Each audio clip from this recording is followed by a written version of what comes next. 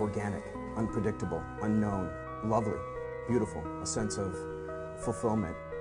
This is part of the pleasures of life and not the chores of life.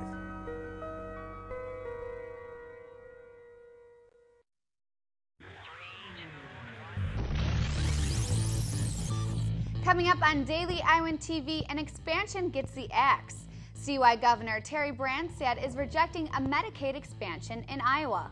And new rules in the schools. Coming up, we'll tell you how the Affordable Care Act will impact Iowa City teachers. And in sports, a must-win for the Hawks on the hardwood tomorrow night. We'll have the preview. That's all coming your way next. Daily Iowan TV starts now. I'm Tom Brokaw. For more than 100 years now, the University of Iowa community has been waking up to the Daily Iowan. Today, it's the largest newsroom in eastern Iowa. And now you can see the news every night on Daily Iowan TV and get it anytime worldwide at dailyiowan.com.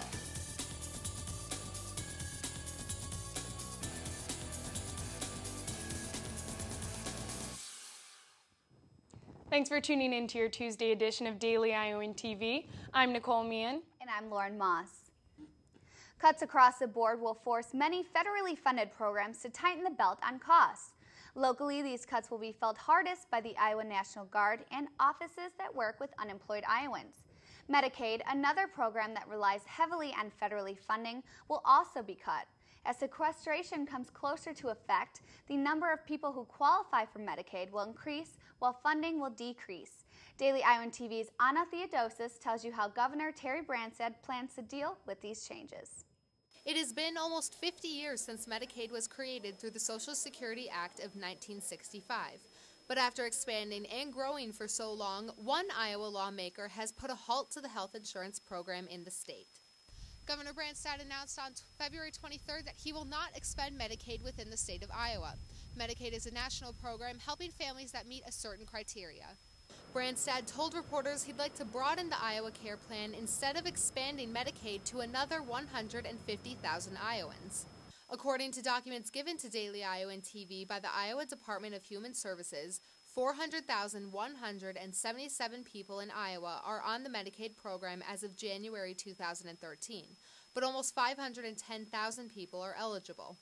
To be eligible in the state of Iowa, you must meet certain requirements like being a child, a pregnant woman, an elderly person, or a disabled person.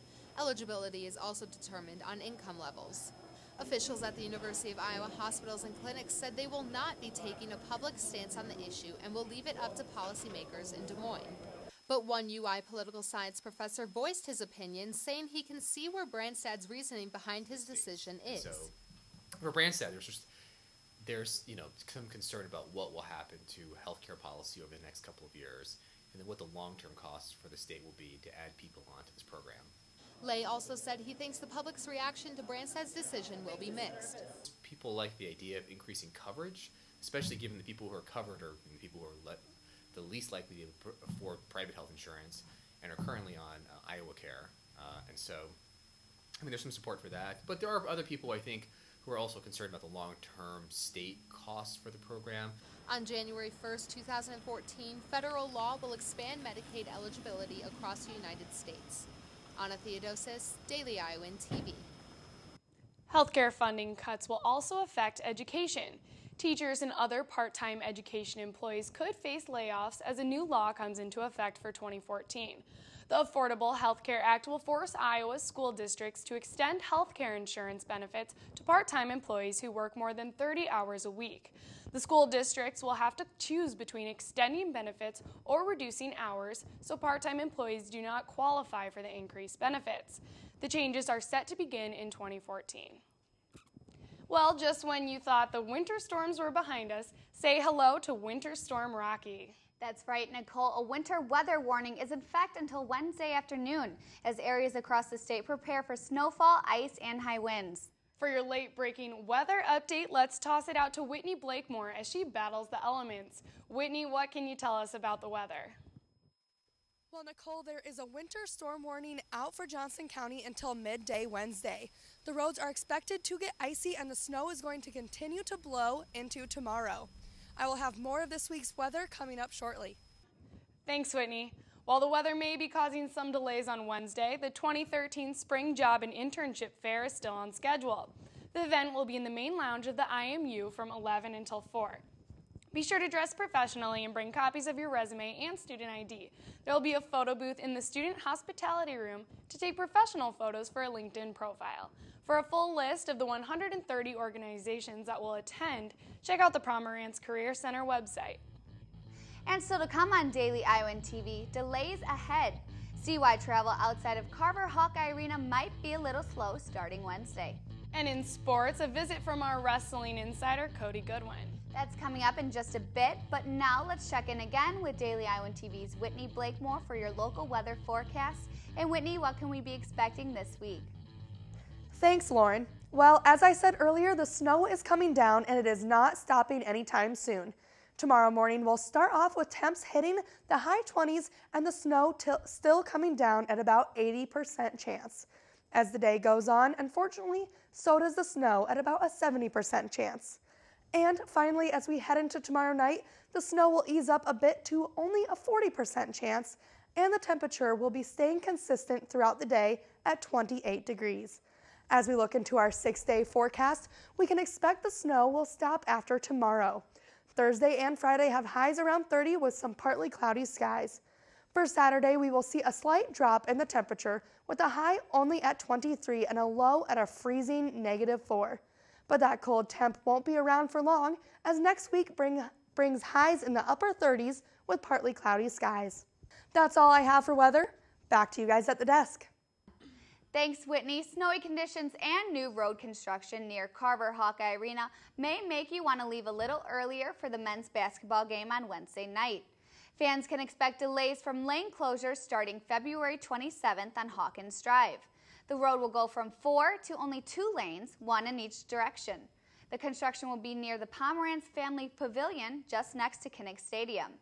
Lanes will be closed through March as work continues on the Ambulatory Surgery Center. Some of you taking online classes might be at a slight disadvantage compared to your classmates. A study by Columbia University's Community College Research Center shows links between certain demographics and their grades. Those more likely to struggle include men, African Americans, and younger students. Officials at the UI said they work to provide equal opportunities for online education to all students. And now let's take a look at what's happening outside of Iowa City. A ceremony was held in New York City today in honor of the 20th anniversary of the first World Trade Center bombings. 6 people were killed and more than 1,000 were injured in the 1993 bombings. 6 Islamic extremists were charged with the bombing, which was the first time New York City was targeted by a terrorist attack. And more tragic news out of Syria as 141 civilians, including 71 children, were killed when the military fired 4 missiles in the capital. The violence only seems to be increasing as rebels attempt to gain control of the nation. And workers at a Goodyear factory in France protested today in an effort to save their jobs. The French workers held a brief protest in the morning before returning to burn tires in the parking lot. Amidst a failing French economy, Goodyear is attempting to move jobs to China as a way to cut labor costs. And now we're going to throw it over to Ian Martin, who's standing by in the Daily Iowan TV Sports Studio and ready to get you caught up on everything black and gold. Ian? Thanks, Lauren, and hello to all of you. Welcome back to the Daily Iowan TV Sports Studio on this jam-packed Tuesday edition of the program. A lot to get to, including updates from the Lynx and Diamond, as well as our wrestling insider Cody Goodwin on set to explain what happened to the Hawkeyes and Tom Brand's Grapplers last weekend in the Twin Cities. But we start tonight's show previewing the Iowa men's basketball game against Purdue in Carver Hawkeye Arena tomorrow night. The Black and Gold are set for a Big Ten revenge game against the visitors from West Lafayette after the Boilermakers won the previous matchup as Purdue stole an overtime win in Mackey just over a month ago. But the Boilers have fallen on hard times since, dropping 5 of their last 7 in Big Ten play, including 3 straight before finally knocking off Northwestern this past Sunday. The game a must-win for Fran McCaffrey's bunch, but the Hawks head man made it clear during his weekly press conference Monday that a win won't come easily, especially with McCaffrey fully aware of Matt Painter's squad's tendency to pride themselves on being the tougher team anytime they take the floor. For more, let's send it over to Carver Hawkeye Arena, where our Daily Iowan TV sports basketball reporter Kate Constable is standing by with perspective on both the Big Ten Conference and the Hawks' postseason options. Kate? After this last weekend's loss against Nebraska on Saturday in Lincoln, I think it's safe to say that anyone can beat anyone in the Big Ten. The Hawks blew a 19-point lead, losing to Nebraska 64-60. Now they'll have to let go of this loss and move on to Purdue, who they face Wednesday here at Carver Hawkeye Arena. Last meeting against Purdue was a little shaky. The Hawks lost in overtime, 65-62. Now I think it's safe to say that any chance of making it to the big dance has now slipped through the Hawks' fingers, but these next few games will be crucial in getting a high NIT bid. Back to you guys in the studio. And now we welcome our wrestling insider, Cody Goodwin, to the set. And Cody, I know you're eager to get to talking about the mat, but we've got a few more updates, if you don't mind. Not at all. Well, I'll tell you what, why don't you step in and fill our viewers at home in on some of the news from around the links and Diamond real quickly. Cody? No problem, Ian. The women's golf team finished 10th in the Westbrook Invitational, wrapping up play in Peoria, Arizona yesterday. Christy Caldwell pacing the Hawks there, and congratulations to the 3 members of the University of Iowa softball team who garnered all tournament honors for their play recently at the Bama Bash. Johnny Dowling, Chelsea Lyon, and Kayla Massey all receiving recognition for their outstanding play in Tuscaloosa over the weekend. Also, a quick note from the NFL Combine today. Former Hawkeye defensive back clocked an unofficial 40-yard dash time of 4.65 seconds. That is Micah Hyde. Iowa softball team, very good start to this season. They could be dangerous come Big Ten play. But the winter season's not over yet, and let's talk wrestling. We have our versatile Cody Goodwin with us here on set, ladies and gentlemen. But all joking aside, it was a pretty disappointing weekend for Iowa wrestling. It was a little bit of a disappointing weekend. They came in expecting to make a run at the finals at the national duels this weekend in the Twin Cities in Minneapolis, but they weren't able to get the job done this weekend. They lost an upset, really, to Minnesota, a team that they had previously beaten this year in Minneapolis when they faced them the first time, and then they suffered an even more upsetting loss to number 6 Missouri in the third place match. Just real upsetting all around for the Hawkeyes, and head coach Tom Brands was not happy. Yeah, tough to lose to neighboring states, both north and south, in the same day. Well, it always starts for Iowa with the lighter weights, and their lightest weight, Matt McDonough, has lost just 6 career matches, but 2 of them in the last 6 duels for Iowa. What's wrong with the 125-pounder? We're not exactly sure what was wrong with him, other than that maybe some of his opponents are starting to catch up with him a little bit, especially this weekend when he lost to Missouri's Alan Waters at 125 pounds in the third place match. Waters just did a really good job of controlling the ties. He was able to get a shot in early, something McDonough has been struggling with, giving up the early takedowns. And Waters was able to ride tough and keep him flat on the mat. There was not a lot McDonough could do defensive-wise to counter Waters' offense, and he was able to steal away a victory from McDonough with about 2 minutes of riding time. It was a very poor performance from McDonough defensively. All right, well, we don't have a lot of time quick, Cody, so maybe in just a couple sentences, how do the Hawks go forward in the coming weekend? They have to learn from this. They have to learn from their performances. It was a very poor performance, and this needs to translate over. As Mike Evans said after the Missouri duel, they got a few loose nails on their ship, and they got to find a way to hammer them down before Big Ten's in 2 weeks. Well, one way maybe the team's going to right that ship. Coach Brands canceling press availability this week wants his team to focus solely on the mat. Well, as always, thank you for coming on the set, Cody, and we have a lot coming up on the show for you, the viewer, in the next few days, including highlights and analysis from the basketball game we spoke of earlier in the program, as well as a preview of the women's home game here in Iowa City on Thursday night. That and a whole lot more later on in the week, but for now, back to you guys at the desk. Thanks for that, Ian. And only with Daily Iowan TV can you get a sneak peek into Wednesday's pages of the Daily Iowan. Read about how a proposed bill would work to combat sexual abuse in nursing homes. And expanding the power plant in Iowa City. See how new generators will affect the UI and how it gets energy.